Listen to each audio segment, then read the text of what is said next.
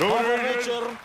Добър вечер, много ми е приятно да ви видя. Добър вечер, господин Батков. За мен удоволствие. Здравей, господин Сиромаков, много ми е приятно.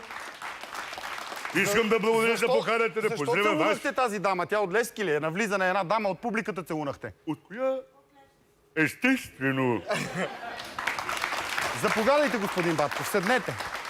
Как сте, господин Батков? Какво да кажа, Иво?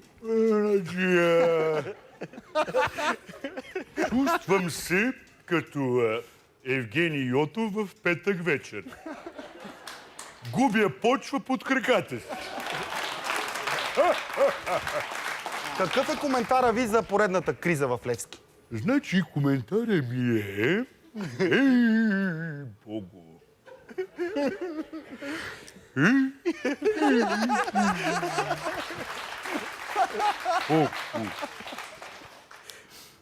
Значи, ако трябва да бъдем сериозни, ей, Богу!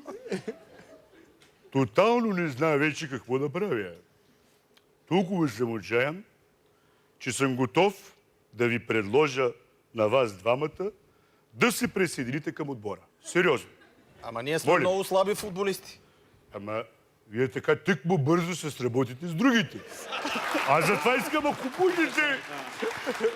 Ей, Богу, да ми помогнете. Преди да ви задам следващия въпрос по същество, виждам, че така гласа ви, природата ви е дарила с възможности за оперно пеене. Да. Може ли нещо мъничко оперно да ни отпеете? Няма да знам нищо, но... Нещо... Без текст, така чисто вокално. Бих ви изпял арията на Риголето, но не я знам. Добре. Добре, господин Батков, няма да ви мъчиме. Кажете сега, в крайна сметка, ще уволните ли спортния директор Христо Йовов или не? Истината е, че днес влязох при този... Къде? Йовов в съблекалнята. Той още беше под душа. Колко часа беше? Някъде към душа, към 7 и половина. Под кой душ? Под този, който е в банята. Коя баня?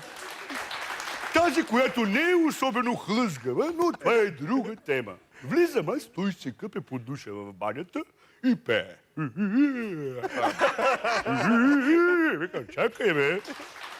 И че шансът да те уволня е като оная ти работа. Огромен! След което го насапонисах и излезе. И не ни разказвайте повече. Да, няма. Вие вече тенденциозно решавате проблемите си, като уволнявате наред. Уволнихте Наско Сираков, уволнихте Боримиров, уволнихте Гонзо и много други. Как смятате да процедирате този път? Мисля да наема Жозе Мауриньо. Ами ако и той откаже? Ще го уволня.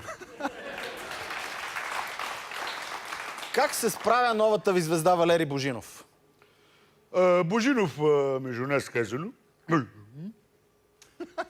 още има проблеми с адаптацията в отбора. Ето, вчера ми се обади и вика: господин Батко, сънувах кошмар. Питам го: какъв кошмар, бе, Валери? А той вика: футболна врата и аз пред нея. Този червено син папагал не мога да го разбера. Той е от Барселона. И от От Барселона. А, от Барселона. Да. Барселона. Да. Добре, какво казвате? Скоро да ви я поздравява Мишта Чорни.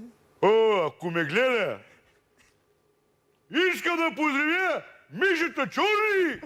Ако гледа, също така, искам на Черно море да поздравя феновете, на Черноморец също. Това няма нищо. Няма нужда, ние не сме студио за поздравления. В събота ви предстои матч срещу ЦСКА. Готови ли сте за него? Какво да ви кажа?